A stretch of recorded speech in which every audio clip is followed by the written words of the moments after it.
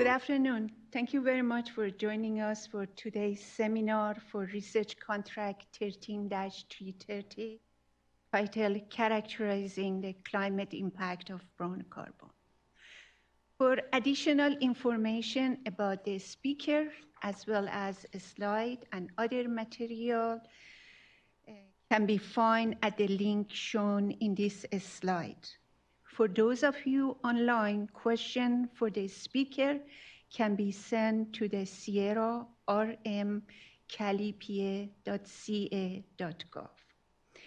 In terms of the quick housekeeping item for our in-person audience, please look around and identify 2 exits close to you. In the event of a fire alarm, we are required to evacuate this room immediately. Please do not use the elevator. We will exit down the stairway and to a relocation site across the street. So I'm going to start just with a very brief overview on this topic. Overall, the greenhouse gases in atmosphere allow the solar radiation in, but absorb the Earth's emitted long-wave infrared radiation, which hit the lower atmosphere. In contrast, the aerosol or tiny particle impact climate 2-way. They can scatter or absorb incoming solar radiation. For example, light-absorbing particle like black carbon or brown carbon impact climate by absorbing solar radiation. They also can act as a cloud condensation nuclei and modify the chemical or property of the cloud, thus they can alter precipitation process. Overall, the net climate impact due to the cloud feedback or semi-indirect effect is highly uncertain. In past 2 decades, the recognition of the important influences of atmospheric aerosol on climate has generated a large amount of research. In 2008, CARB funded a research project titled The Impact of the Black Carbon on Climate. This was the first comprehensive regional assessment of climate impact of black carbon in California. One of the major findings of this project was black carbon emission reduction absorbed in California since 1980s as a result of the air quality program are equivalent to reducing the carbon dioxide emission by about 50 million metric tons CO2 equivalent, which is approximately 12% of the total 2018 greenhouse gases of 429.4. The second finding of this project was also, of course, it was preliminary, evaluation. It's also point to the impact of the brown carbon on climate forcing. And overall, the study suggested further research, which is quantifying major brown carbon sources in key region of California, and also evaluating the combined warming impact of both black and brown carbon on regional and global climate. Hence, in 2013, yet through the multi-institute collaboration, CARB funded the research project to identify and characterize the contribution of brown carbon to climate forcing in California. The major task for this project listed in this slide, and our speaker would talk about their result and finding the work mainly on these three research tasks. Finally, for the speaker, the key speaker, Dr. Lynn Russell was the principal investigator for this project that coordinated the effort of the all task leaders, especially in close collaboration with Dr. Chris Capo and Dr. Mike Kleeman of UC Davis and Mark Jacobson of Stanford. Dr. Jacobson could not attend today's seminar, but Dr. Kleeman would cover the result of their effort mainly on quantifying the regional or global impact of the brown carbon to the modeling aspects of that. Just very quick, logistical things. If it's possible, I would appreciate have the question at the end of the speaker's talk, mainly because we need to bring microphone to you for any question, especially for our people who are attending online. With that, let's welcome our first speaker, Dr. Lynn Russell. Thank you, Nezat. This has been a really interesting project for me to organize and run. And I really appreciate Dr. Motalebi's support for this. It's just been a great way to really bring together the relevant findings for both climate and more regional local impacts from air quality. It's really making the local global. And you'll see that as we go through. The three tasks that Nezat outlined are listed here, and I'll give you kind of the Cliff Notes version. The first part was to measure chemistry in an important region for brown carbon, expected to have a lot of brown carbon. The second task was taking that chemistry and linking it to the optical properties, which then are needed in the third task to evaluate the climate impacts. And I've just summarized here a few of the publications that we've already completed in reporting the results of this study. And I'm going to start out talking about the first task, and I'm not going to give you any conclusions there because that really feeds into the second task where you'll hear from Chris about the brown carbon quantification. And then finally, both I and Mike will come back and talk about the climate impacts. And so in the first task, we went and did 2 sets of field measurements at 2 sites that we thought would show very different brown carbon characteristics, but also both have very high brown carbon characteristics. We weren't totally right about that, but we have quantified why that is. And so the first was Fresno in the Central Valley, and the second is Fontana in the eastern Los Angeles basin.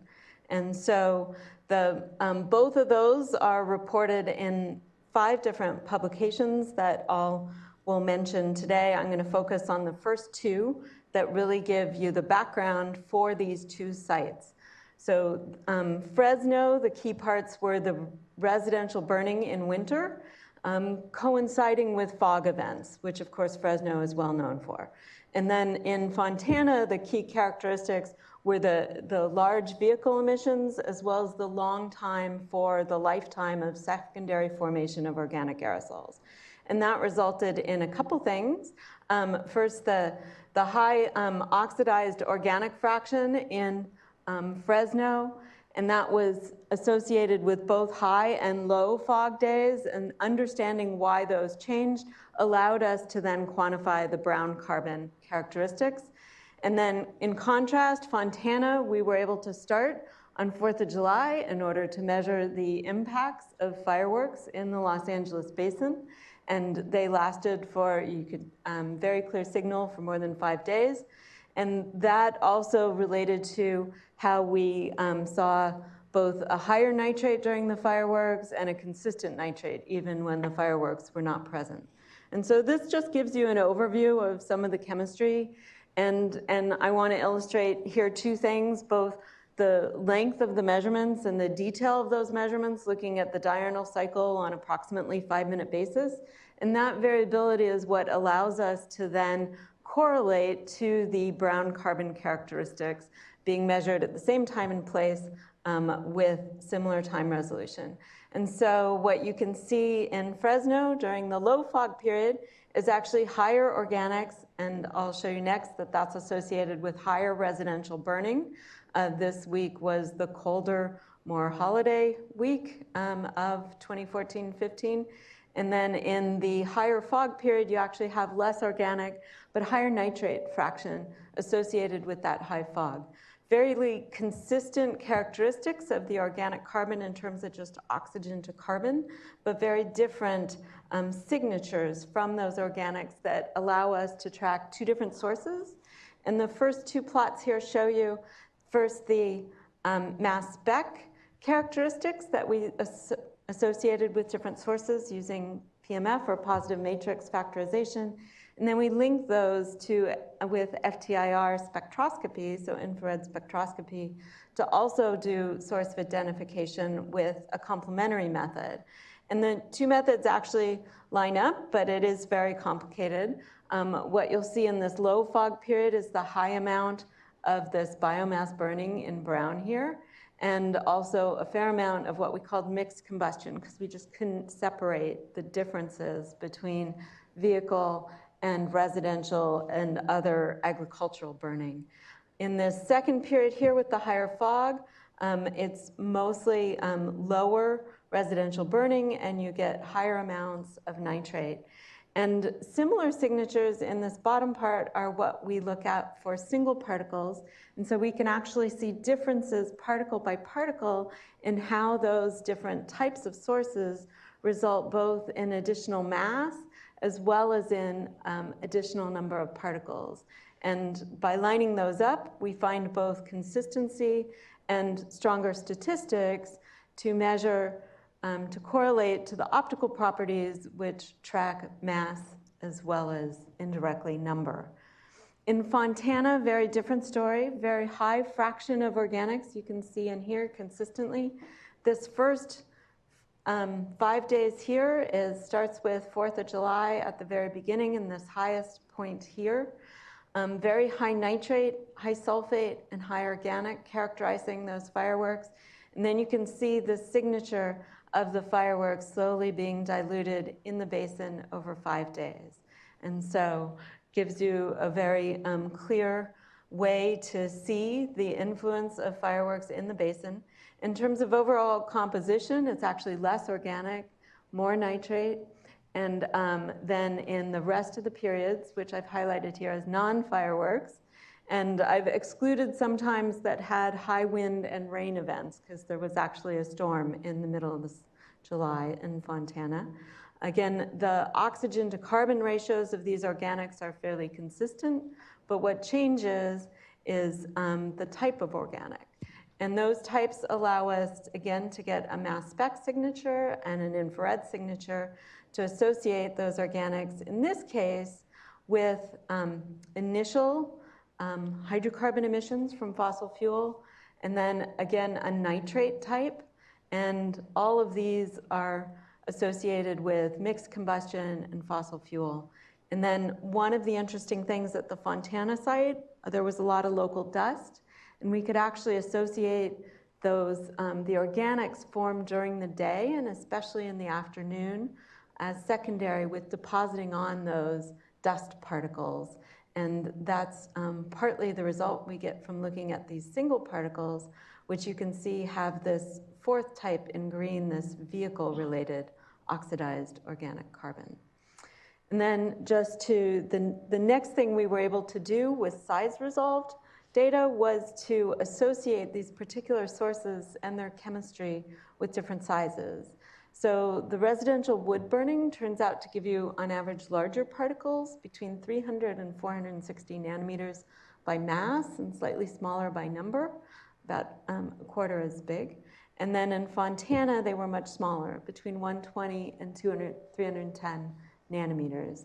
And so that difference in size means both a difference in the scattering impact as well as in the lifetime. And so that is also what we use to track the relationship to the brown carbon.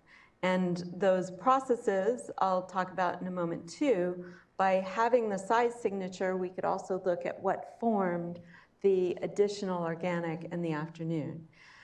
To give you a bit of an overview of size to start with, and also to address how the previous measurements relate to PM2.5, the previous measurements were all online in PM1, but with filters and FTIR, we measured both PM1 in the middle column and PM2.5 in the right column. And you can see for each of these different time periods, fireworks, non-fireworks, low fog, high fog at both sites, the PM1 and the PM2.5 organic fraction is nearly identical in its functional group composition as well as the total amount. And then on the left here, I've just also shown the 0.18 micron fraction of our organic, which is super relevant both to health effects as well as to identifying those particles that can activate and serve as cloud droplet nuclei. So the composition of those particles is most representative of the largest number of particles that can be cloud nuclei. And you can see those do have a slightly different composition than the larger fractions. So it's important to look at the smaller fractions separately. And then this is a complicated plot. I just want to highlight a couple things, so apologies for that.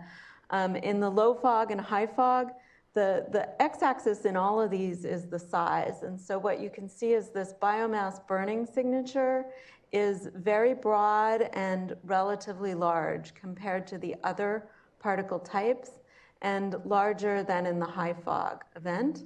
The other thing I would like to highlight is that the high nitrate signature in Fresno is associated with larger sizes as we'd expect for aqueous processing. So that's this size fraction here.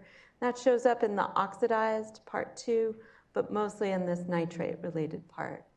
On the other hand, when you look at the Fontana nitrate related aerosol, this NUA fraction, it's broader and smaller. And that's probably associated, rather than with aqueous processing, condensational formation of those nitrate products. And so, as I mentioned, these then give us a time series that we can provide and link to the optical properties that Chris will talk about. Right. Thank you, Lynn.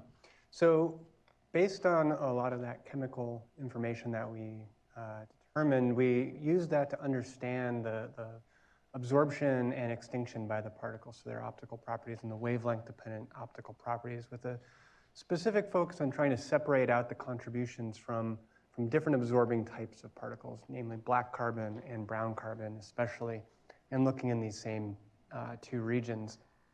And most of this work is detailed in this paper here. I'm going to talk about this work mostly, but then I'm also going to give you a couple quick highlights from what we consider kind of some bonus papers that came out of this when we convinced a number of our colleagues to come out, and since we were making such great measurements, to come and make measurements with us as well.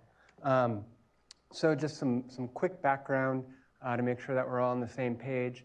We're interested in kind of two types of particles or particle components that absorb in the visible part of the solar spectrum. That's black carbon versus what we call brown carbon. Black carbon is very strongly absorbing. It absorbs strongly across the entire visible spectrum, illustrated on the right here. It has a relatively weak dependence on wavelength overall, and it's nearly entirely from combustion overall. It's a product of combustion, vehicles especially, but also fires in the end. And it produces material that tends to be very refractory. It doesn't evaporate very easily when you heat it.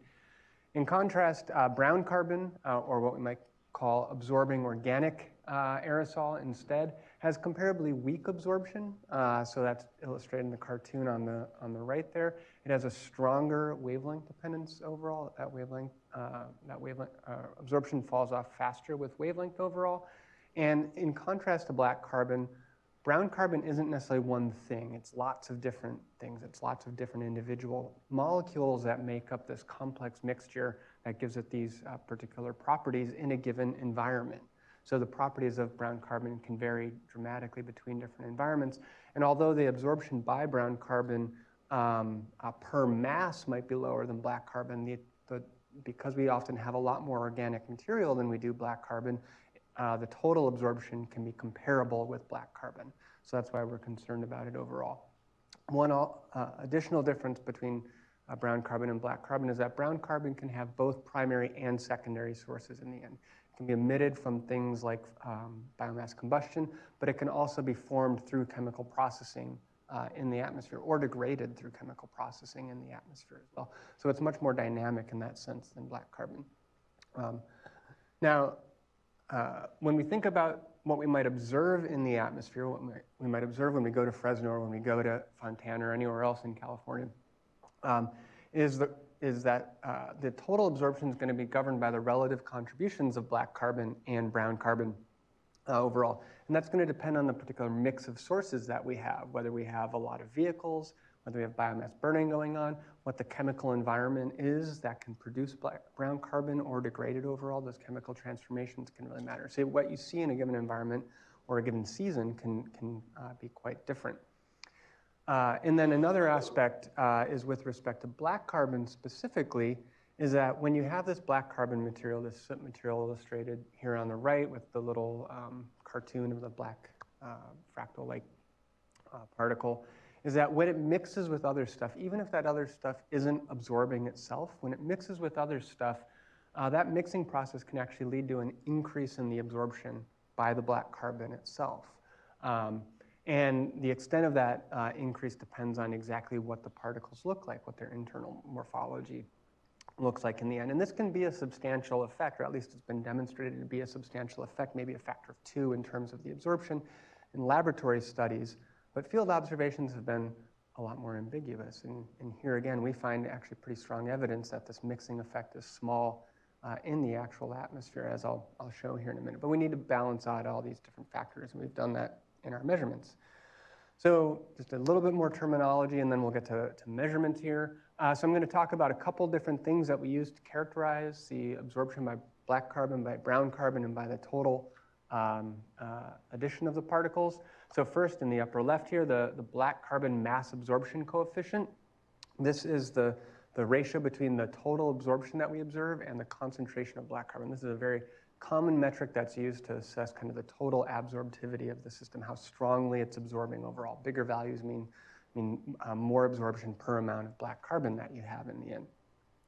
In contrast, on the right, the brown carbon mass absorption coefficient is actually looking at just the absorption by the brown carbon, so subtracting out the black carbon absorption and then dividing that by the total amount of organic aerosol that we have. So we're really focused in there on the contribution from the organics in the end. On the bottom left then is what we could think about as the absorption enhancement in the end. And that tells us a bit about these contributions of brown carbon relative to black carbon, as well as that contribution that we might get from mixing of components with black carbon overall. So you can imagine this absorption enhancement is 1 if you just have black carbon with no coatings at all, and then it goes up as you start to add in brown carbon or as you start to add in coatings in the end. And then finally, one characteristic that we can use to try to separate black carbon from brown carbon, I mentioned that black carbon has a much weaker wavelength dependence than brown carbon. And we characterize that through a parameter that we call the absorption, angstrom absorption exponent, which really just characterizes the strength of that wavelength dependence. Larger values indicate a larger contribution from brown carbon. Smaller values, or values closer to 1 in particular, indicate greater contributions from black carbon. So turning to our measurements, when we look across the entire measurement period here, this is for Fresno again, we can distinguish into the low fog and the high fog period.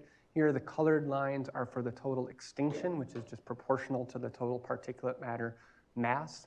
And then the black lines here are the total light absorption in the end. And what you'll see here, right during the low fog period, you see much bigger spikes overall than you do during the low fog period. This is indicating a change in the sources that we have overall. And I have 3 traces here with different colors because in Fresno, we measured at 3 different wavelengths overall. We measured at 405 nanometers, so just pushing into the UV a bit. We measured at 532 nanometers, right in the peak of the solar spectrum.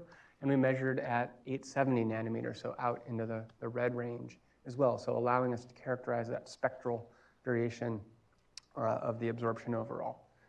This is for Fresno. For Fontana, again, we have our fireworks impacted period, and then we have the rest of everything else, and we see a very different kind of pattern here overall, with much harder to discern overall patterns here in terms of the absorption. So very different characteristics going on here in the summer in Fontana than in Fresno. In Fontana, we only had 2 wavelengths that we were able to measure with, but we're still able to learn a lot about the characteristics of brown carbon. So to get to brown carbon, we first have to understand the dynamics of the black carbon. And so this slide is illustrating some of the black carbon behavior here. On the top is the size distribution, the campaign average size distributions that we observe for just the black carbon itself. So ignoring all the other components of the particles, this is just the black carbon. And if we compare Fresno to Fontana, we can see that these look very different in terms of where the peaks are and which peak is bigger. This is actually telling us a lot about the sources of the black carbon in that region. That larger mode in the Fresno region is a very clear indication that we have a much larger contribution of biomass combustion. You get larger black carbon particles from biomass combustion than you do from vehicles. That much larger small mode in Fontana is a result of much greater contribution from vehicles overall. And although it looks like there's kind of 2 modes, there's actually 4 modes here in the end that we can use to separate out and understand this behavior. And when we do that, it's very clear that there's a large biomass burning contribution in Fresno and a very large vehicle contribution from Fontana overall. We can also see on the bottom here are the diurnal profiles of the black carbon concentrations. And we see that they're very different in the 2 regions. Both regions show us a peak around 6 or 8 a.m. overall. That's our kind of classic rush hour peak in the morning. But in Fresno overall, we see also this large nighttime increase overall. And again, that's a clear signature of a contribution that's kind of really turning on at night largely, and that tends to be the residential combustion that we're seeing overall contributing black carbon at night, and we don't see that in Fontana in the summer here. Now, if we think about the strength of absorption that we have in these 2 regions, so now we turn to this mass absorption coefficient, so total absorption divided by black carbon, and we'll look at the diurnal profiles here. Fresno on the left, Fontana on the right, and probably too many lines on this graph, but let's focus on the solid colored ones for the moment here.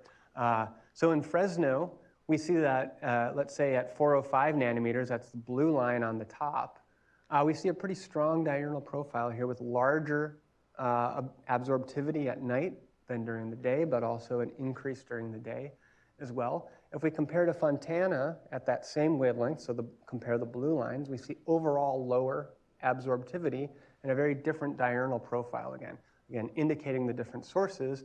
And also on the left, again, giving us actually a pretty clear signature that brown carbon is contributing substantially to the total absorption that we see in Fresno.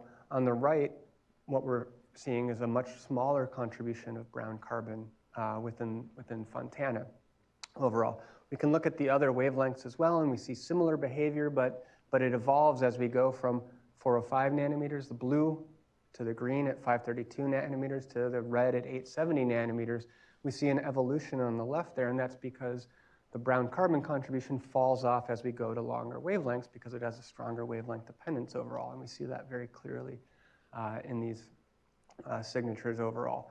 One thing I'll note just here on the right for Fontana is that with those dashed dotted lines, those gray lines on the right, that's the fireworks period. We see something totally different when we have fireworks, right? There's a unique source there when we have fireworks. So we have a pretty clear signature of brown carbon overall in Fresno, much less so in Fontana, but another factor that we want to consider is the role that these coatings on the black carbon might be playing in influencing that signature overall. So one of the things that we were able to do is we partnered with folks in Fresno, partnered with people from Aerodyne. In Fontana, we partnered with people from University of Toronto who were able to come and make measurements of the coatings on black carbon specifically using a particle aerosol mass spectrometer. And so we were able to look at the absorption enhancement. So again, how much absorption we're getting relative to what we might expect if we just had black carbon as a function of how much material we have coated on black carbon. So the x-axis on all these is the ratio between the amount of coating material that we have divided by the amount of black carbon that we have for just the black carbon containing particles. Because there's a bunch of particles that don't contain black carbon, and we're ignoring those here on the x-axis. And what we would expect is if this coating effect with black carbon had a really big impact, is we would expect this absorption enhancement to go up rapidly as the amount of coating increased. And what we see in both sites is no such behavior. We see a very slow increase with the amount of coating. This is indicating pretty clearly, especially clearly for Fontana, that this coating effect plays a very minor role in this region. In Fresno, it's a more complicated picture because we actually have a lot of variability in the sources overall that are driving this behavior overall. But in the end, no clear trend with an increase in the coating amount leading to an increase in the enhancement. So again, suggesting that in this region, we don't have to really worry too much about this coating effect on black carbon. We can just focus on separating out the black carbon from the brown carbon specifically. Now we can think about why that might be the case. And so here, this is a little complicated, but if we look on the top here, this is looking at how the composition of the particles changes as a function of how much material we have coated on the particles in the end. And what we see is that if we focus on, let's say, that BBOA, that biomass burning signature that Lynn mentioned, in Fresno, we see that biomass burning signature tends to be large, so the brown piece of the pie is larger when we don't have much coating on the particles. And as we add more coating, we actually decrease the amount of biomass burning influence on the particles. What comes up instead is a large nitrate signature overall, that nitrate from condensation overall leading to growth of the particles in Fresno. In Fontana, it's actually a much simpler story because not much changes with the coating amount. It tends to be fairly consistent overall and dominated by that vehicle-related secondary organic aerosol factor overall. But we see some evolution as we start to coat the particles more. So we can now work to separate out the brown carbon from the black carbon because we can essentially ignore, I mean we can account for it, but minimize the effect of that coating on black carbon. And so what we did is we actually specifically determined just the contribution of the brown carbon to the total absorption overall. So we have our total absorption, we subtract out the black carbon contribution, and we're left with just the brown carbon contribution here in the end. And what I'm showing here is the diurnal profiles then for on the left Fresno and on the right Fontana of the brown carbon absorption. And what we see is on the left here is that in Fresno, we see a very large increase in the brown carbon absorption at night. And again, this is a very clear signature that we have some unique source at night. In this case, this is going to be the residential combustion, not from vehicle so much. And we can compare that with the black carbon behavior, which is the dotted black curve over there, which shows this very sharp morning rush hour peak. So the brown carbon's coming from a very different source than the vehicles there. If we look at Fontana, first I'll point out, notice the difference in scales, right? A lot lower overall absorption by brown carbon on the right. And this kind of broad overall daytime profile that might track the black carbon a little bit, but seems to extend a lot further than that. We think some of that is driven by chemical processing that happens overnight in the boundary layer, in the upper layers that gets mixed down to the surface in the morning, plus some chemical production persisting throughout the day. But overall, very small relative to the black carbon. And that's the key point for Fontana, is that there is a contribution of the brown carbon, but it tends to be small compared to to the black carbon overall. Whereas in Fontana, or in Fresno, the brown carbon absorption is actually quite comparable to the black carbon absorption in the end. So we have to really consider both very much in that region. So kind of two takeaway points at this point is that we find that there's a limited influence of coatings on black carbon absorption in particular at both sites, but that there's a substantial contribution of brown carbon at Fresno, but a very small contribution overall in Fontana. Okay. So let's move on to then thinking about, again, the sources of the brown carbon in Fresno, where the contribution is large. And I've mentioned residential combustion a few times, but it's not just that. What we actually did is we took our absorption measurements of the brown carbon, and we did a multilinear regression against the different organic aerosol factors that Lynn determined through the positive matrix factorization. And what comes out of that is very clearly that we have, and on the right here are actually just plots not of a multilinear regression, right? But these are just linear regressions where I've restricted the periods that we're looking at to just the colored points, where we have a large biomass burning signature on the top left and a large nitrate organic aerosol signature on the bottom. And we see very clearly that, yes, there's a biomass burning component to the brown carbon in Fresno, but there's also this secondary component to the brown carbon in Fresno. It's this nitrate-associated oxygenated organic aerosol overall. And if we look at the properties then, if we take the slope of these lines, basically, that is our mass absorption coefficient for brown carbon. We can determine that for these two different types of organic aerosol. And what we see is that overall, the biomass burning derived or the residential combustion derived organic aerosol has a stronger absorptivity. It's about almost twice as absorbing per mass as the nitrate associated organic aerosol at the shortest wavelength, but then the nitrate associated one falls off pretty fast with wavelength overall. But we have these very clear two different types of absorbing brown carbon overall. And if we look at these wavelength dependencies of the absorptivity, we can see that the biomass burning has a relatively gentle, comparably fall off with wavelength with an angstrom exponent of only 3 here, whereas the nitrate-associated secondary factor here is falling off much more steeply with an angstrom exponent of close to 5 overall. So this means that if we integrate over the entire solar spectrum, right, we might expect the biomass burning signature to have a greater integrated effect over the entire solar spectrum than the nitrate-associated oxygenated organic aerosol factor overall. Okay.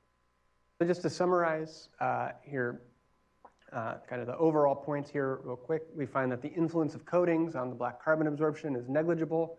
This likely reflects the complex mixing state of black carbon in these environments. The brown carbon at Fresno is really contributed by 2 types of organic aerosol overall. One is a primary biomass burning organic aerosol, and the second one is a nitrogen-associated secondary organic aerosol factor.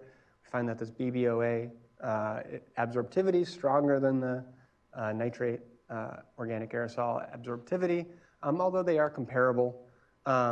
Didn't mention the source here really of the nitrate-associated OA, but it's very likely a result of nocturnal VOC oxidation in the end by nitrate radicals. And what we find is that the brown carbon absorption within Fresno specifically here is comparable to the black carbon absorption, at least at the shorter wavelengths in the end. At Fontana, totally different story. The black carbon dominates. It's so simple. And then really the kind of big picture takeaway is that the amount and composition of the coatings and the brown carbon contribution really depends on the relative strength of the fresh emissions versus the photochemical production that's going on, and the nocturnal production especially too. So 3 more quick things here, thinking about some of these other things that we were able to do because we had some partners who came in to make measurements with us. And I just want to highlight a couple aspects of this. So one is thinking about these coatings a little bit more on the black carbon in Fresno, which are going to really dictate the atmospheric behavior of the black carbon overall. We find that overall, the coatings are contributed both by organic aerosol, which does dominate, but nitrate can make up a significant amount, especially during the high fog period. Nitrate can be a large component, large fraction of what condenses on the black carbon overall. We find that the amount of coating that you get on black carbon, though, in Fresno doesn't really vary much with time of day. It's relatively flat overall, and that has to do with a balance between the different sources overall, changing with time of day. The changes that we do see are largely driven by coatings of nitrate coming on and off the periodic particles at different times of day overall, and that diurnal behavior does tend to be stronger during that high fog period when we have more nitrate overall as a result. If we contrast that with Fontana, we found that the coatings were dominated by organic aerosol. And really, there were 4 overall types of organic aerosol coatings that were identified. A couple of them were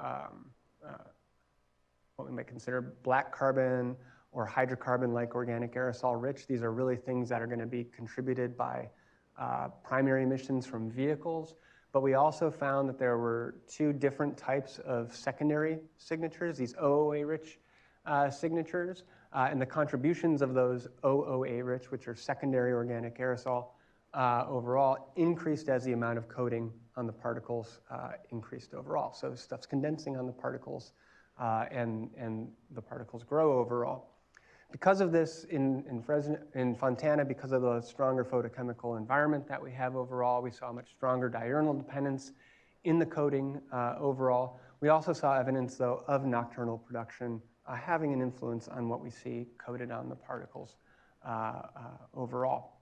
And as the particles age, we would see an increase in the amount of organic aerosol that condenses on the particles overall. So it's all related to how long the particles basically last in the atmosphere in the end. Beyond looking at the bulk composition, we also did an additional single particle analysis complementary to the things that Lynn's already talked about, looking at single particles. This is now single particles of just the black carbon containing particles. And the key takeaways is that there are actually 7 different types of particles that were identified here in terms of containing black carbon. The key ones that we identify are, one is what we might consider a black carbon rich particle type. These are going to be the particles that are probably freshly emitted, right? Straight out of the tailpipe. Everything else is stuff that's mixed up and been aged for a while in the atmosphere, but been there for different amounts of time, been there emitted at different points in time, or come from different sources overall. A lot of them are organic rich. There's one special nitrate rich factor overall. But overall, everything except for that black carbon, kind of that very fresh factor overall, has a lot of coatings on it. And that's going to dictate kind of how it behaves in the atmosphere downwind. That, we'll think about kind of what this means for everything else.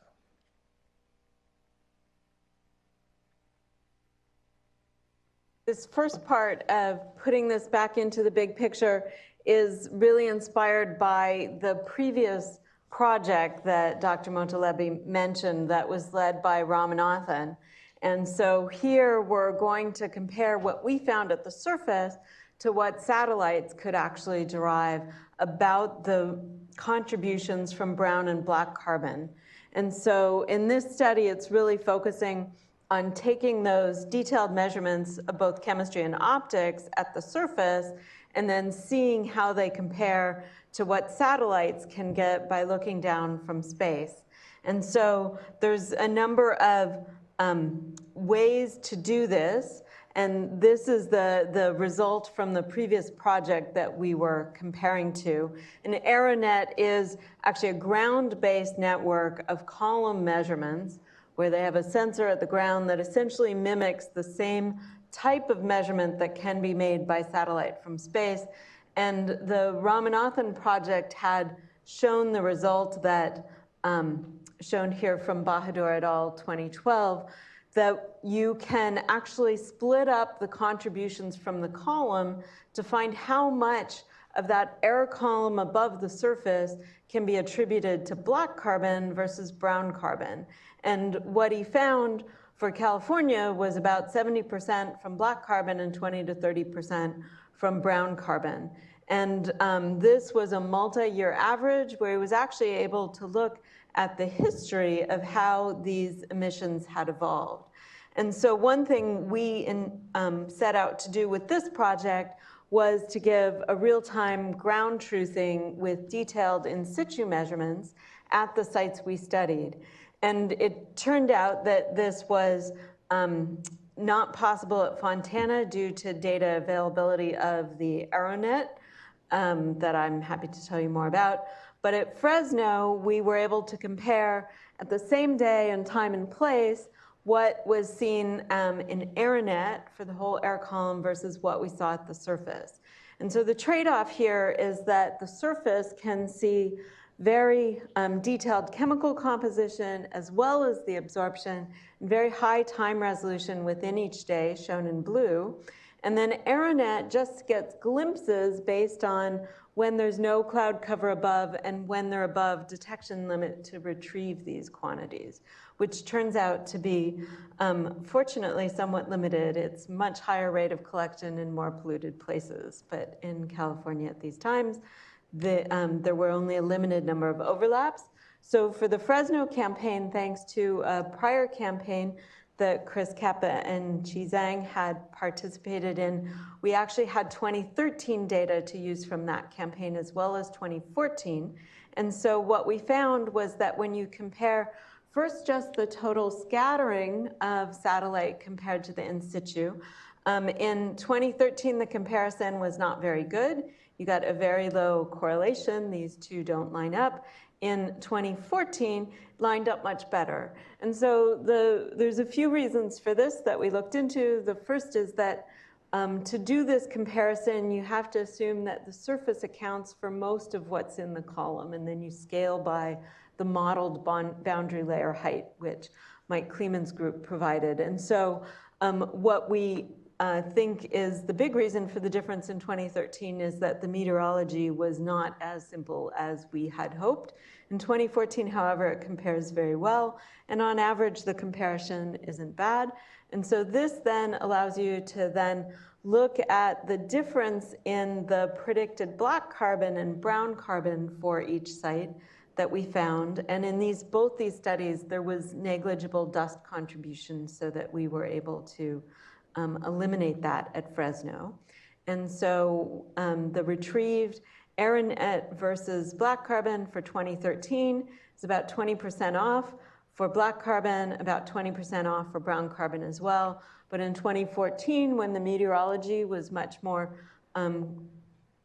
consistent with what one needs in order to extrapolate from the surface, the measurements are very close. And so this provides a substantial confirmation of the method proposed by the Ramanathan project for tracking this, at least on average in years where the conditions are appropriate. And you can actually see the details of this comparison here as well, that in 2013, because the column wasn't representative of, the surface wasn't representative of the column of air above it, you would find a discrepancy. But when it did line up, there was again a correlation for the black carbon fraction on the left and the brown carbon fraction on the right that was relatively higher signal to noise than we found in general. And so this is sort of the first step of seeing how well we can use the surface measurements to look at the first column of air. And the summary of that is shown here, where we found that scaling the surface absorption by boundary layer height compares well with AeroNet, that column absorption at Fresno in 2014, but not 2013. And the simple idea here when I say it doesn't scale well, in 2013 we actually have evidence that there were higher layers aloft that we did not measure at the surface, and so were not accounted for. And then in addition, the apportionment is more similar in 2014 than in 2013, consistent with that finding about the meteorology, and consistent with the range found by the previous study with 67 to 89% black carbon and 11 to 33% brown carbon. And then just a note that the short-term surface column comparisons are challenging because of the limitations of the column method to only look at times when it's clear sky. And so to continue looking at that broader scale of continuing to broaden beyond the column, we're now going to broaden regionally. Mike's going to tell us about the modeling results from this project. Thanks, Lynn and Chris. So our role in this was to use models to try to look at the effect of brown carbon on both the irradiance that is reaching the Earth, and then also to look at the temperature effects. We were interested in trying to put the surface measurements and the analysis for the column into context for what it means for the whole atmosphere, and ultimately ask what-if questions. What if we were able to eliminate some sources of brown carbon? How much regional effect could we have? And so we tried to test those questions within the model framework. Ultimately, what we did was to model 1 full year in California with and without brown carbon to try to examine what the effects are regionally. I want to acknowledge Anikinder Kumar before I go any further. He was the postdoc at UC Davis who did much of the work in our group, and then Mark Jacobson's group at Stanford. This was mostly Mark himself doing the work with 2 different models. And those models span a range of conservative versus aggressive assumptions, and I'll try to draw that out here. We were fairly conservative at Davis in terms of what we thought the brown carbon would do optically and how much of it there was, and Mark was much more aggressive in terms of what the effect of brown carbon would have and how much of there is in the atmosphere. And so we're really trying to do a bounding analysis here. We had more of a regional focus and Mark had more of a global focus. And so I'll give 2 talks almost, one for the regional and then one for the global. So to start with the regional analysis then, we just want to point out that a lot of the previous brown carbon analysis using models has been more of a global focus. And it's really hard to read the literature and understand what the regional effects might be in California and what California's policies might do to the climate in California as a result of brown carbon. And so we very much wanted to try to focus in on regional effects in our study, and our model was focused just on California. It's a complicated question because you have both direct effects of the brown carbon in the aerosols, but then a lot of indirect effects as well. So if you heat the atmosphere at different levels, then you will have different effects on cloud formation. If the brown carbon becomes ingested into cloud droplets, then you can get effects like that. There's lensing involved, as Chris said, although the measurements, I think, were fairly conclusive that the lensing wasn't as big an impact as had been previously estimated in some of the studies. And so there's a lot of things working in different directions, and the goal of the modeling is to try to figure out what the balance is. Is there one dominant effect? It turns out not, but if there's a bunch of not dominant effects, where do they end up then in terms of a net effect? And so we were going to use the WRF-Chem model to answer that regional analysis. This is a version of WRF-Chem that we've modified so that we can track aerosols separately without mixing them into an internal mixture. So an internal mixture happens when you have a grid cell in this modeling framework and you have brown carbon emissions, say from wood smoke, along with diesel engine black carbon emissions, along with food cooking emissions, all in the same grid cell. In the internal mixture assumption, they all get mixed together instantaneously, not because that's what really happens in the atmosphere, but because that's the assumption that we make in the model framework. And that changes the optics of the particles, and it changes their net effect on the climate. And so we wanted to try to not make that assumption immediately. We still will allow processes in the atmosphere to mix things up. Coagulation and other things will create an internal mixture over hours or days, but we don't assume that that is an instantaneous process. And so we've modified the WRF-Chem model to do that.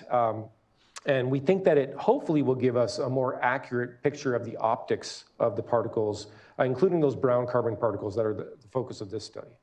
So just a few sort of nitty-gritty details. We're using the schemes for shortwave and long wave based on the Goddard Space Flight Center, and these are things that we've tweaked and modified to work with our source-oriented external mixture framework. The refractive index for the particles, you can do this with a Mie scattering calculation, or you can use a mass absorption coefficient. It's sort of one method or the other to figure out how much the particles are going to absorb. We're using the Mie method, and so Chris actually did the calculations to take his mass absorption coefficients and convert them over to equivalent index of refractions that could then be used in the Mie scattering routines. And so we're doing that. And then we, again, applied the model for 1 year, chosen to overlap the two measurement periods because we very much wanted to compare our predictions at ground level, at least, to the measurements at ground level. We, of course, are interested in the whole column for the optics and the forcing part of it, but we at least wanted to see whether or not we agreed with the ground level measurements. The emissions from this were prepared by the California Air Resources Board. NASOT was instrumental in working with the emissions group here at ARB to produce that emissions inventory for the time period that we wanted. We used the biogenic emissions from Megan. And again, secondary organic aerosol is potentially something that could form brown carbon over time, and so the biogenic emissions matter in this. And then the global fire emissions database was for the wildfires. And you'll see shortly that wildfires are a major source of brown carbon. And if you average over the state over a whole year, they dominate. But they're very, very specific. They're very, very local. And so the net optical effects, again, we have to do the model calculations to see what that all means. And then we're using boundary conditions. A lot of the whole column over California, if you want to think of 12 kilometers or 16 kilometers of atmosphere, doesn't just come from California, it comes from upwind sources. And so we need to think about what those boundary conditions are going to be. And we're using a global chemistry model for that. So there's global simulation model results that have been produced by other groups, and we're just using those as the boundary conditions. And then we're going to try to, again, compare to the surface measurements where they're available. Just really quickly, Chris, I think, has already shown the equivalent to this as a function of the wavelength of light on the lower axis here. How much does the brown carbon absorb? And this is based on the measurements at, I think it was 405, 525, and I forget the last one, 870. It's up higher. So, and then Chris extrapolated for us outside of that range, so lower than the 405 and higher than the 870. Nanometers. And so this is really the heart of the calculation. This is how much brown carbon absorbs in our model. We assume that only the wood smoke, the biomass burning, emitted brown carbon. And we did not have the formation of that nitrated organic aerosol. That's a key assumption, and it's one of the conservative assumptions that we made because we know biomass burning emits brown carbon, but we assume that food cooking, that aerosol would not become brown carbon in the atmosphere over time. We assume that the secondary organic aerosol formation from biogenics would not become brown over time. That, in contrast, Mark Jacobson, in the more aggressive assumptions, assumed everything was brown carbon, or if it wasn't emitted that way, it would age to that in a very short amount of time in the atmosphere. And so we were pretty conservative about it. Mark was more aggressive. And this is the heart of our conservative assumption, how much brown carbon absorbs. So some quick comparisons to measurements. So we have along the lower axis here of the left plots, the time series of measurements at Fontana and Fresno during the field campaign. And these are PM0.1 concentrations on the vertical axis. And we're looking then at the model predictions in the red here, comparing to those blue line predictions. And I want to say that this is just for, actually, I'm not sure if this is PM0.1 total mass or if this is just the brown carbon part of it. The pie charts on the right-hand side, the upper pie charts are for just the PM0.1 mass, and then the lower pie charts are for the organic carbon fraction of that.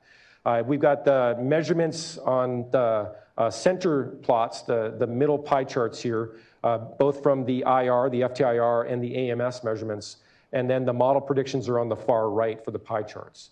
So what we're seeing is that we've got relatively good agreement over this multi-week measurement period. If I look just at the pie charts, the agreement between the model predictions and the measurements is reasonable in terms of how much brown carbon there is in the atmosphere. But if you look at the details of the time series on the left sides, we sometimes don't get that right. I know there's day-to-day variability that we're not picking up in the model calculations. We see this formation in Fresno at the end of the period. I think that's when the fog started happening and you started getting that nitrated organic aerosol. We just didn't pick that up. We drove Nazot crazy, I think, trying to come up with theory. Maybe I drove Annikender most crazy and then Nazot second crazy. We kept trying to come up with theories for how did that nitrated organic aerosol form? And could we get that in the model calculation? Could we represent that? At the end of the day, we weren't able to do that. So, maybe our conservative assumptions then, we could be potentially underpredicting this, which is nice that Mark made some much more aggressive assumptions, assuming all organic aerosol became brown over time. He catches it no matter what. We maybe weren't able to catch some of that nitrated organic aerosol formation.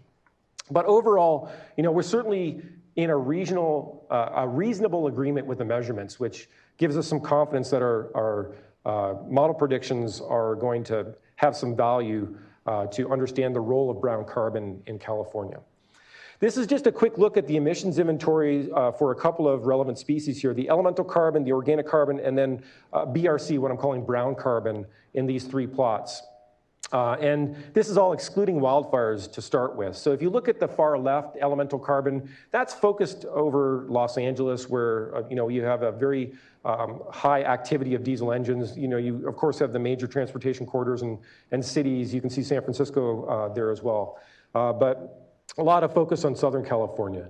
The organic carbon, again, a lot of focus on Los Angeles. But then the brown carbon on the right, you see a much higher incidence in Northern California. And again, that's because we largely don't use biomass combustion for home heating in Southern California. That is very common in Northern California, but it's not common in Southern California. And so you definitely see regional differences in the emissions of brown carbon versus black carbon in the simulations. This is all without wildfires. Remember, and you can look at the scale of the numbers here, fractions of a microgram per meter squared per minute. If you look at the wildfire emissions, they're orders and orders of magnitude higher, but they're only in a few grid cells.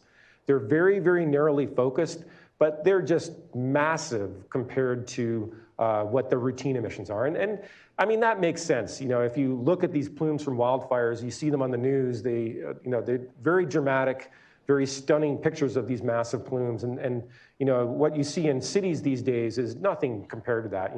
Your neighbor's chimney does not look nearly that impressive. So we have very, very isolated hotspots with very, very high emissions of brown carbon. And the plume rise is a real issue. I mean, these fires are energetic. They inject the brown carbon high into the atmosphere, much higher than you get from a local emissions from a fireplace. And so that's an issue as well when you consider the whole 3D analysis of the atmosphere and what the optical effects ultimately are going to be.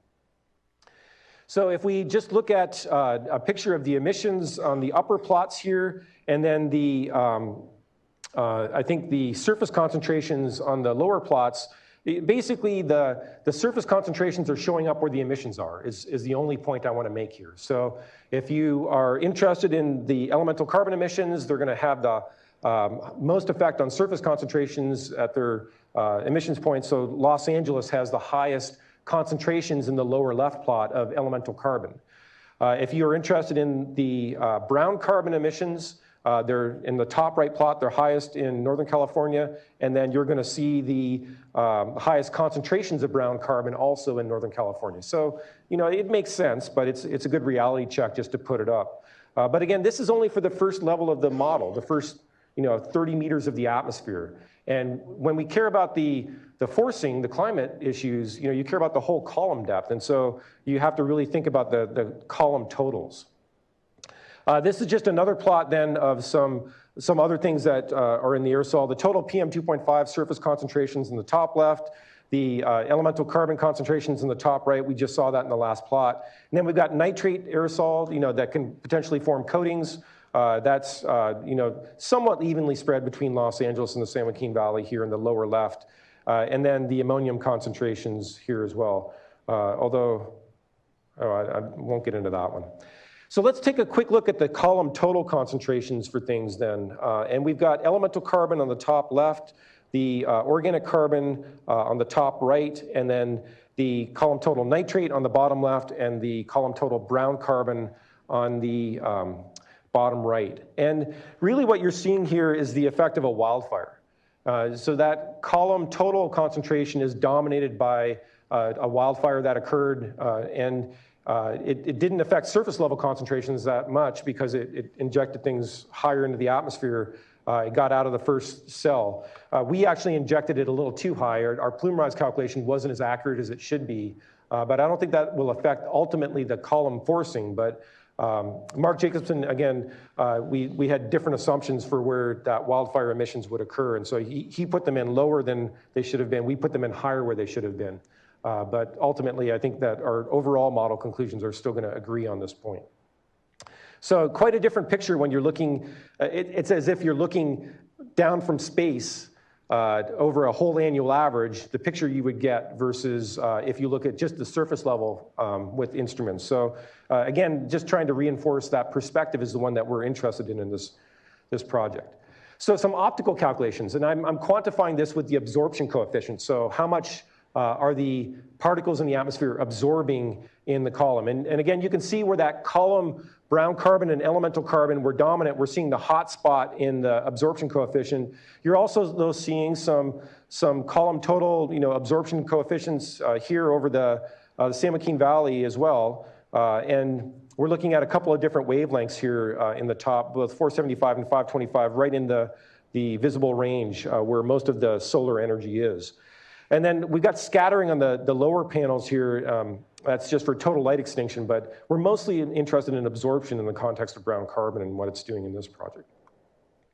We can, because we did that source-oriented calculation to keep the particles separated, we can also do some calculations where we look at the source contributions to the optics itself. So if I'm tracking the diesel engine particles separately from the wood smoke particles, I can also calculate their optical effects separately in the column total. And so you can see that the diesel engine contribution to the absorbance in the top left panel is, say, quantified at 0.44, and that's very broad across both the San Joaquin Valley and then an impact in Los Angeles. If I look at the wood smoke contribution to that, including the wildfire contributions in the top right panel, the order of magnitude is the same, 0.38 versus the 0.44 in the units for this comparison, but it's very, very narrowly isolated to that hotspot where that wildfire occurred. And so you just don't get the big regional effect. And so the diesel engines, even in their sort of controlled state now, ever since 2007, California's led the way in trying to get controls on diesel engines and reduce black carbon. Even now, the residual black carbon is still stronger than the wood smoke, for at least in the model calculations that we've done. And then if we look at the effect of all of this on things that we're interested in, things like the temperature or the top of atmosphere irradiance. And so we did some what if scenarios. What if all of that brown carbon didn't absorb? And so we can run a simulation two ways. We can run it with the brown carbon in the model and it absorbs with the measurements that Lynn and Chris made, and we use all of that. Or we can say that it doesn't absorb. How much would the temperature change? And so the upper left plot is the base case temperature, and then the lower left plot is the temperature perturbation if none of that brown carbon absorbed in California. And what we're seeing is that it's pretty minor. You're getting 0.04 Kelvin degrees of change then at maximum over Northern California where the most of the brown carbon was emitted. In terms of top of atmosphere irradiance, change of irradiance then, we do similar things, and the number, again, 2.96, you need to have a reference point, I guess, for whether 2.96 is big or small. It's a pretty small number relative to the other forcings that are in the system and relative maybe to the uncertainty of the system. So the temperature kind of tells you the story, and we all have more of an intuitive feel on that, where 0.04 Kelvin, it's not a big temperature perturbation. Now, all of that, again, with a grain of salt, we made some conservative model assumptions in this, and that's why I want to show Mark's results shortly to follow up on that. And I won't talk about the clouds and the precipitation and other things like that. Suffice to say that we had a lot of very complex interactions between the aerosols could heat the atmosphere, heated atmosphere could cause the clouds to evaporate. you would get more sunlight reaching the ground. There's many, many complicated things that go in these model calculations, and we tried to the best of our ability to represent them as accurately as possible, likewise Mark did as well, but none of that appeared to dominate the overall system. And again, this is just a plot showing the vertical profile. Most of this is happening close to the ground. I mean, all of these changes and all of the pollution that we are emitting, our biomass burning, aside from wildfires, our normal wood combustion for home heating, that's trapped in a layer a couple hundred meters deep, and it really doesn't dominate column optics so much. It is sort of the take-home message after all this complicated modeling to try to find a simple message out of everything again. So I've pretty much said all these conclusions, but I'll just repeat them really quickly then. The brown carbon concentrations are higher in Northern California because that's where we emit the biomass burning for home heating, and then a lot of our wildfires in the year that we studied were in Northern California as well. The PM0.1 mass concentrations that we predicted with the model calculations were consistent with the measurements that were made during the field campaigns, and the amount of brown carbon that was there was consistent as well. So that's a nice anchor to reality. We think that we have some model skill here. But we got a very small surface temperature perturbation when we took away the brown carbon absorbance. And so we didn't think that locally emitted brown carbon in California was such a big driver of climate in California, if you want to try to put it in those stark terms. Now, Mark Jacobson's work, again, used much more aggressive assumptions, and he also had a bigger model framework to start with. So he really did a global through a regional calculation. We just focused on the regional, and we used somebody else's chemical transport model to give us our boundary conditions for our regional analysis. Mark did it all. So he did a full consistent model that starts with the entire globe and then narrowed down to 12-kilometer grid cells over California for his analysis. And he has a lot of details in his model as well, incredibly complicated interactions between the particles and the cloud formation. Particles can be ingested in cloud droplets. You get lensing effects, all kinds of things going on with that. So a very state-of-the-science model that Mark did. He made some assumptions then that were more aggressive than ours. So in Mark's treatment of the aerosols, all of the sources of carbon eventually became brown in the atmosphere. So not only biomass combustion, but food cooking, motor vehicles, all of the aerosols that came in from the boundary conditions, upwind boundary, all of that was brown. And so much more brown carbon in Mark's simulations than in ours. And he's doing the same simulations that we did for the same time period, 2014, 2015. He used the same emissions inventory that we did from A or B for the regional emissions, and he got his global emissions from climate analysis, that one of the RCP scenarios that has been looked at before. So in Mark's representation of the aerosols, and this again is a picture of wavelength on the lower axis, and then how much the aerosols absorb, the imaginary refractive index on the vertical axis. And he's got black carbon, which is the top line there, the red line. So as Chris said, it absorbs much more, and it has less of a wavelength dependence. On this log scale, it looks like a flat line almost, but if on a linear scale, it wouldn't look so flat. And then Mark had these different types of brown carbon here. He had the primary organic aerosol, the POM, that's the blue line. Tar balls are soot from wildfires that then become coated with organics over time. They've been observed in some field studies, and so Mark had that representation here as well. Secondary organic matter, and then nitrocreosol, sort of a nitrated organic aerosol that Mark sort of assumed that many things evolved into that over time, that they reacted and became nitrated. So these are just some pictures of the surface concentrations that Mark predicted. I'll focus on the black carbon here. Again, he's showing those hot spots over Northern California. I didn't separate out the sort of wildfire effects from the non-wildfire effects for Mark here. This is all together. And so that's a wildfire in Mark's simulations, basically. And it's got significant emissions of the black carbon with it as well. And then he's got the PM2.5 organic matter here. Some of Mark's other wildfire emissions might be called tar balls then. So the brown carbon, he sort of puts it into different categories, different bins to keep track of it in his model framework. There's the tar balls there. And then the secondary organic matter in his surface concentrations for all of this.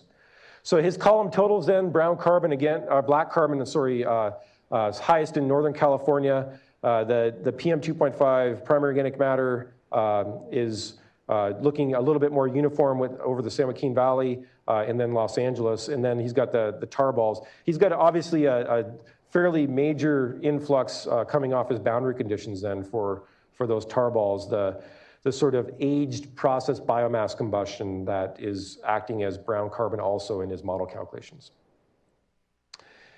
And then just looking then at the AOD, this is aerosol optical depth, and then the absorbing aerosol optical depth, the fraction due to absorbance. This is just a different way to look at how much absorbance you have. And I did it as a B absorption. He's doing it as an AOD, and then the absorbing AOD here on the right. It's showing sort of the same story. If you look at Northern California, this is where the majority of the absorbance is happening for the column total, and that's consistent with our regional calculation that we had run, and it's largely driven by wildfires.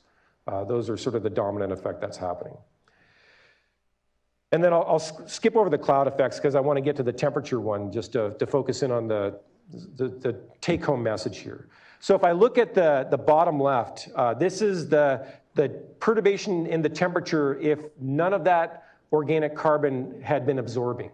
It's the same thing that we had done previously where we said that the brown carbon no longer absorbs. Well, since all of Mark's carbon absorbs, organic carbon absorbs, we have to say none of it will absorb then to do the perturbation.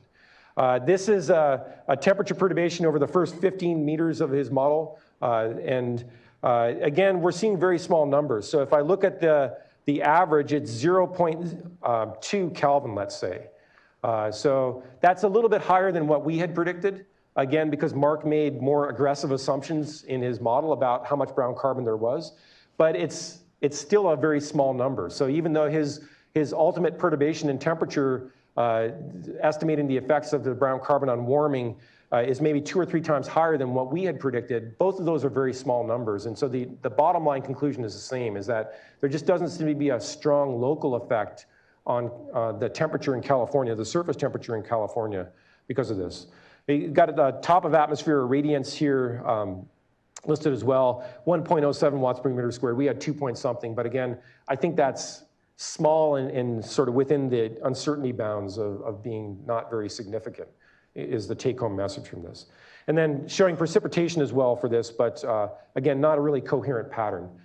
So just looking at some cross-sectional sort of profiles of things, these are snapshots either along a line from west to east or along a line from north to south through the atmosphere. If we would average over California, in the vertical axis is altitude, so it's the first, say, 4 kilometers of the atmosphere. And so, again, this emphasizes the fact that most of this effect is happening close to the ground. It's, in Mark's calculations, the big effects are, where the white is here sort of thing, maybe is happening in the first few hundred meters, the reds extending maybe up to 1 kilometer. And so most of this effect is sort of local to, the shallow part of the atmosphere above the ground, which is why it's maybe difficult to push the whole column total forcing around with changes that are happening pretty local to the ground.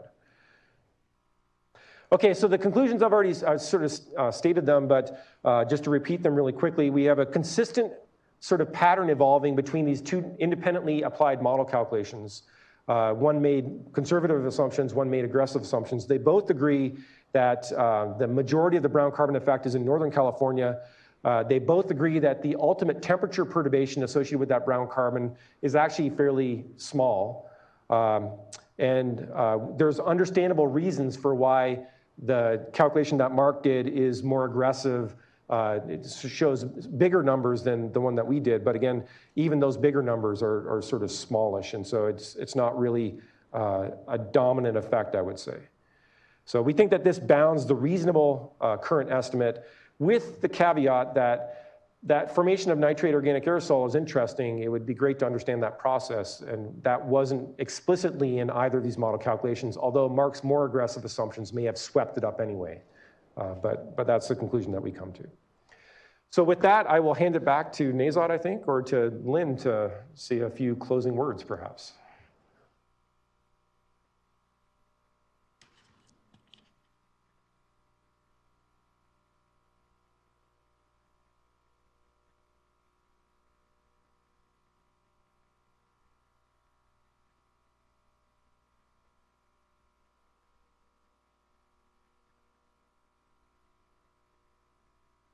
Okay, well, Reid is going to check for the possible, question online. So we take the question on floor for.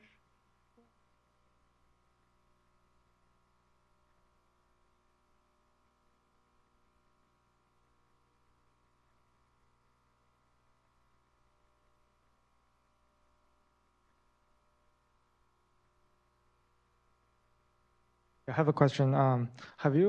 Have you seen evidence of organic nitrate production during night associated with your NOOA factor? I'm asking because we saw this in Bakersfield during the 2010 CalNext campaign.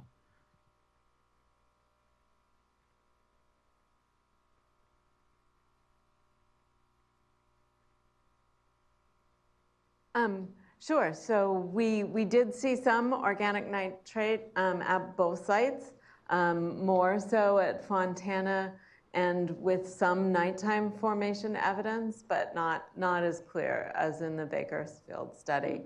And we looked specifically at linking that to the absorption, and there was not a clear signal for that, in part because there wasn't very much, and in part because there was too much variability.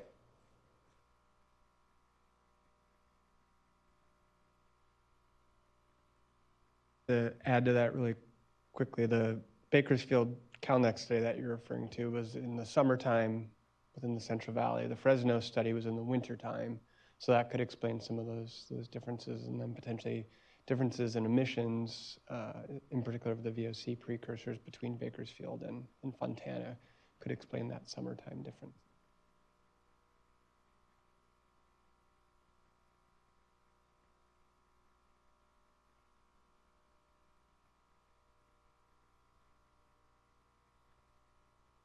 This is Dongmin from Research ARP, and I know this is piece by piece and very comprehensive in terms of the future research recommendations, and what do you see in brown carbon or black carbon? Well, I guess I'll repeat what I concluded with, which is I find nitrogen-containing organic aerosol to be very interesting. I think that the formation pathways for that seem to be important. I mean, that was a non-trivial amount of the organic aerosol that formed in that fog event at Fresno, that you had micrograms of that stuff forming. And I think that for many reasons, looking at the absorbance, but also just looking at health effects, it would be very interesting to understand that formation process a little bit better. Chris has some theories about the pathways, but I would love to see those theories tested and try to get that into model calculations, because I would always like to see our ability to predict the day-to-day variability a little stronger and to be able to catch the growth of that material for health effects as well as for absorbance. I would maybe just add that it's going to be increasingly important to be able to track historically going forward the changes in the black and organic carbon contributions, so that we need to think about ways to enhance our ongoing monitoring so that some of these types of measurements of which sources are contributing can be continued, so that we have a record and can see what's changing. This is just a snapshot in time, and yeah, we need to know what's increasing and what's decreasing. In addition to the climate impacts, which we were focused on today, I think the brown carbon, black carbon differences and the different types of brown carbon especially give us signatures of the sources that impact the local air quality as well in the city. So one of the reasons, for example, that the influence of the local residential combustion on the climate tended to be small, as those emissions were largely at night when the boundary layer is really shallow. So the concentrations that we observe at the surface are huge, but the column effect ends up being small. So it gives us this signature of what impacts the people at the surface, but it doesn't necessarily translate to a large column effect in the end. But that nitrate source, we have a lot less understanding of the sources of that nitrate aerosol.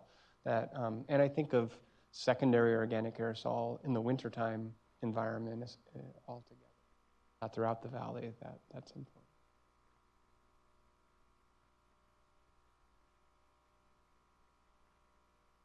So it seems like we have a little bit technical difficulty to get the question online.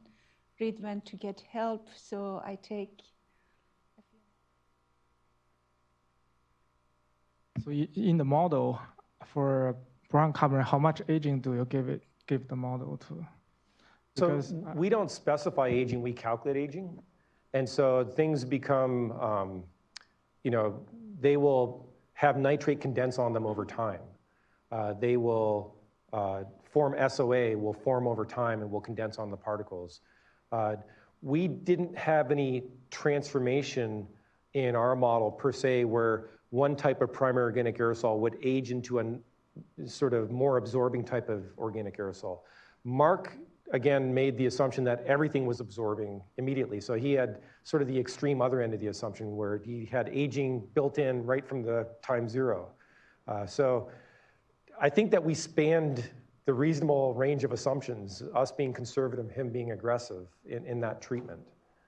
But I know that some climate models have sort of a built-in timescale for aging and things like that for one type of organic aerosol to become absorbing over time, but we didn't have that.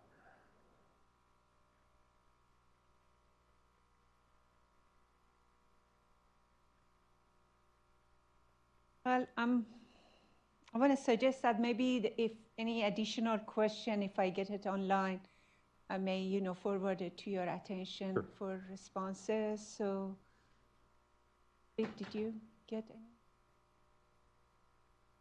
Just a few more minutes, and if we couldn't, we can conclude. I apologize for that.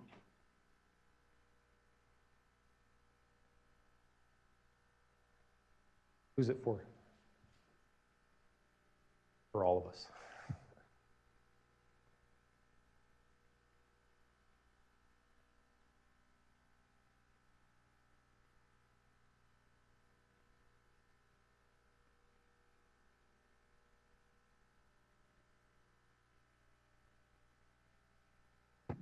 Last question.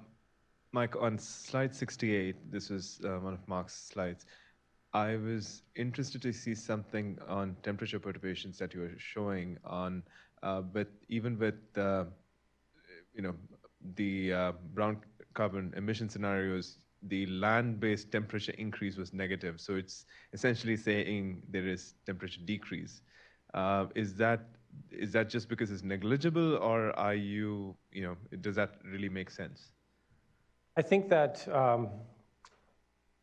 this is the complex interactions between the aerosols and the clouds and lots of things that are happening. I think that the biggest effect is happening over the ocean, and it's, I think, due partially to the influence of the brown carbon on the clouds. And that has sort of a secondary effect over land. And so I think the answer to your question has about 3 parts that are all linked together, and I wouldn't be confident to try to answer them. I know sort of what's going on in Mark's model, but I don't know which effects are dominant. So I would want to defer that one to Mark for a detailed answer. But I think that I understand and stand behind the conclusion that it's probably not a statistically significant effect, or it's this temperature perturbation of 0.02 Kelvin is small, I think. And that, I think, is the true take-home one. I'm not prepared to try to draw insight about the negative over land. The question is, did any of the measurements illuminate differences in either magnitude, composition, size distribution between residential wood-burning emissions for actual heating, i.e. in wood stoves, versus for entertainment, enjoyment, or fireplace activity? Not really. It's very difficult to separate out the contributions from slightly more uncontrolled combustion in a fireplace from slightly more controlled combustion in a residential wood stove overall. The size distributions look similar as far as I'm aware. It's going to depend a little bit on the wood type that people are burning as well. But the temporal relationship between those, they're very overlapping, so it's difficult to separate them out because they happen at the same time. Yeah, I would say the region and season that we targeted had both. And so that meant that we were getting both. In terms of source types, in terms of source of stoves, one thing that would be interesting to do that has not yet been done is to characterize the organic composition and size distribution of pellet stoves versus wood-burning stoves versus other technologies. And so if we had that, we could try and tease out the separate signatures and apportion it, but without that sort of ground standard information, we can't do that. But one thing that might be possible in the future as well is to look at day-of-week signals, though, because I think there definitely is an uptick in the wood burning towards the weekend, Friday night and Saturday night. And so you could imagine that is more recreational. Yeah, but Christmas was midweek. And so some of the midweek, Christmas right. Eve, New Year's Eve. If one were conducting more measurements in the future, one could look at the diurnal or the weekly profile. Weekend and holiday. That would help our statistics. All right.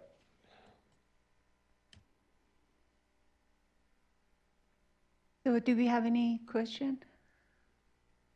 If not, I want to thank one more time our investigator, and especially me as a CARB staff. I should say that it is privileged to work with any of these investigators on any project, that they always willing to go beyond the contract language to meet the objective and to support us and do the really good.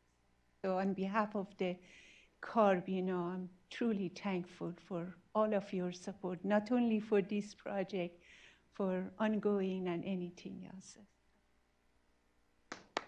Thank you.